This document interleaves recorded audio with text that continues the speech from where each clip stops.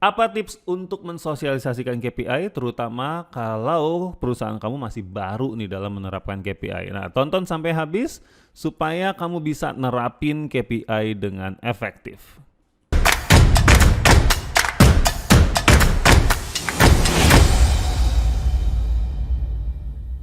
Halo semuanya, kembali lagi di channel Tanya Kak Sam. Masih membahas seputar KPI. Ini pertanyaan-pertanyaan dari peserta webinar kita yang hampir setiap bulan kita adain. Jadi kepoin terus ya di Instagram fprojecthr. Di situ akan ada informasi tentang webinar KPI kita yang biasanya dihadiri 100 sampai 200 peserta gitu ya. Nah, karena banyaknya peserta yang ikut, jadinya kita pun juga nggak sanggup menjawab satu persatu pertanyaan yang masuk ke kolom chat selama webinar. Nah, makanya kita menjawabnya melalui video di YouTube.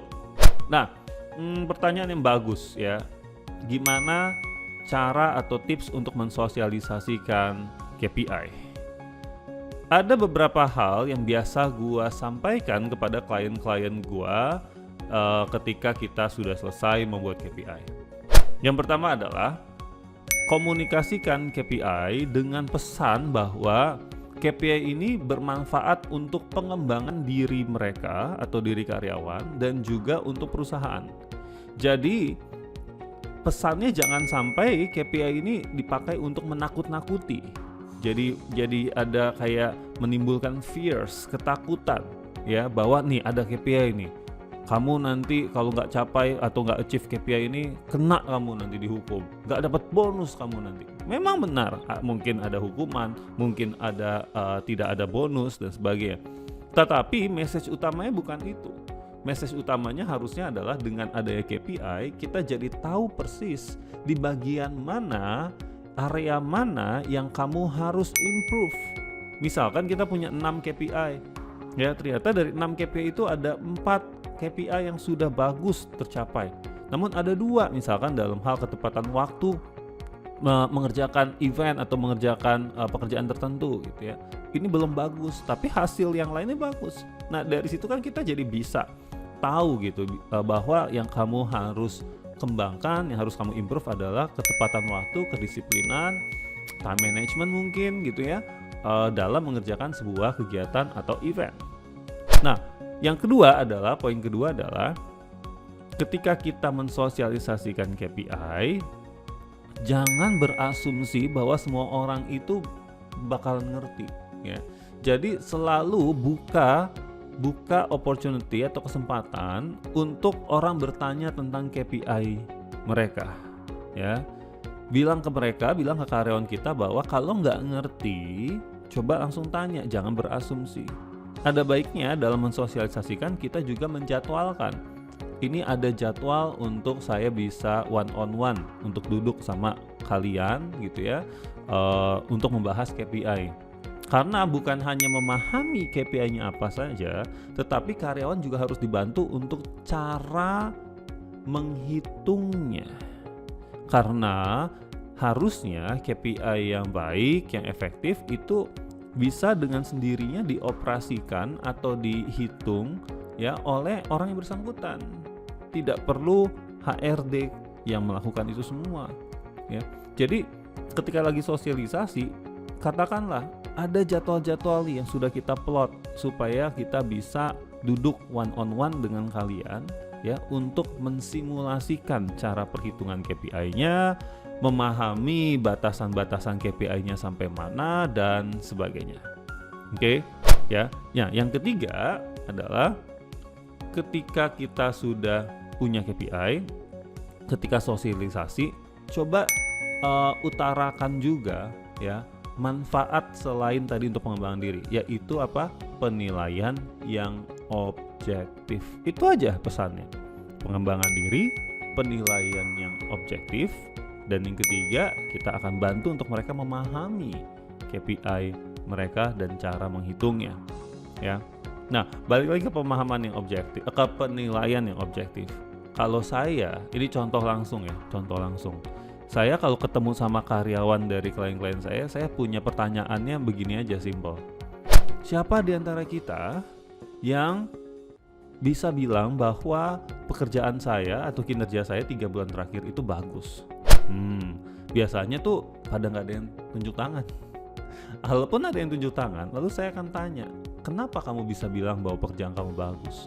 Nah, biasanya jawabannya juga tidak objektif. Biasanya dia menjawabnya adalah karena saya merasa sudah melakukan pekerjaan saya dengan sebaik-baiknya. Karena saya merasa bahwa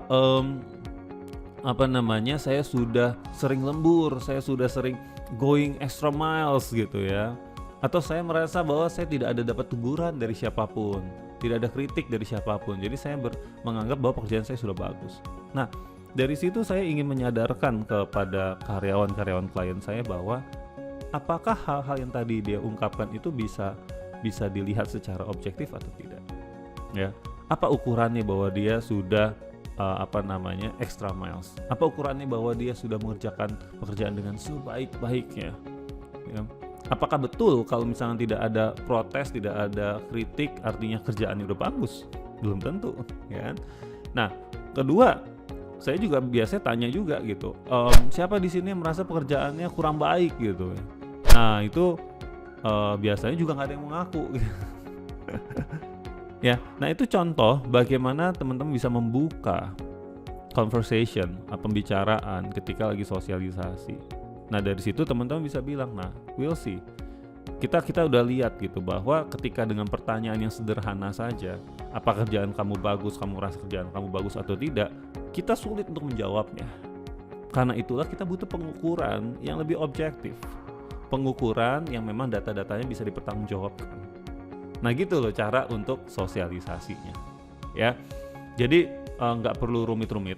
Jangan dibuka dengan Bapak Ibu, teman-teman semua, kita akan punya KPI supaya kalian semua ketahuan siapa yang kerjanya jelek. Jangan gitu, ya. Itu nggak boleh. Terot, ya, nggak boleh. Tapi dibuka dengan pertanyaan yang simpel. Siapa yang merasa pekerjaannya sudah baik dalam 3 bulan terakhir aja, ya, dan sebagainya. Oke, nah terakhir ketika kita ngomong sosialisasi tentang KPI, biasanya karyawan-karyawan itu sudah punya pemikiran di belakang di kepalanya tapi nggak diomongin. Terus kenapa nih kalau saya achieve KPI? Apa untungnya buat saya? Biasanya tuh mereka udah punya pertanyaan-pertanyaan itu tapi nggak ditanyain. Nah makanya waktu sosialisasi ada baiknya juga kita langsung ngomongin. Kalau KPI ini kamu achieve ya atau tercapai, maka akan ada konsekuensi positifnya tentunya, yaitu bonus. Tapi kalau di apa yang kami ajarkan adalah bonus keluar kalau KPI perusahaan itu keluar achieve dan KPI individunya juga achieve ya. Jadi itu juga harus dikasih tauin. Teman-teman nggak perlu ngasih tauin berapa besar bonusnya, perhitungan bonus detailnya seperti apa, sebetulnya nggak perlu. Karena bonus sendiri itu pada prinsipnya adalah is a bonus, sesuatu yang memang tidak ada di undang-undang bahwa perusahaan harus mengeluarkan bonus. Itu betul-betul kebijakan perusahaan. Besaran bonus pun juga tidak ada hukum yang mengatur itu gitu ya. Tapi yang penting karyawan kita tuh tahu syarat untuk mendapatkan bonus adalah KPI perusahaannya tercapai, KPI individunya tercapai. Oke, kalau saya rangkum ya dalam mensosialisasikan KPI. Ada beberapa poin. Yang pertama adalah tujuan KPI bukan hanya untuk menghukum atau mendapatkan bonus, tetapi untuk mengetahui pengembangan diri yang diperlukan oleh karyawan. Yang kedua, KPI bermanfaat supaya kita bisa menilai tim kita atau karyawan dengan objektif. Yang ketiga adalah dengan adanya KPI tentu ada konsekuensinya ya, yaitu salah satunya mendapatkan bonus. Dan untuk mendapatkan bonus ini ada 2 syarat, yaitu KPI perusahaan tercapai dan KPI individunya juga tercapai ya. Yang keempat, pemahaman akan KPI ini nggak gampang ya. Jadi teman-teman dalam sosialisasinya harus membuka diri, menawarkan diri HR maupun business owner untuk duduk bareng sama karyawan, membahas KPI-nya masing-masing dan cara perhitungan KPI-nya. Oke. Dan yang terakhir, kalau ini ada beberapa kasus yang bisa, tapi mungkin di beberapa tempat mungkin nggak bisa.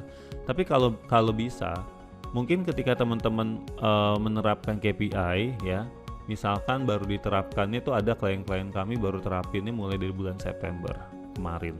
Nah, September kemarin itu sampai Desember itu KPI-nya tidak akan berpengaruh dulu sama bonus dan punishment. Jadi tutup mata apapun hasilnya. Yang penting ada latihan dulu menggunakan KPI dan cara untuk mengisinya.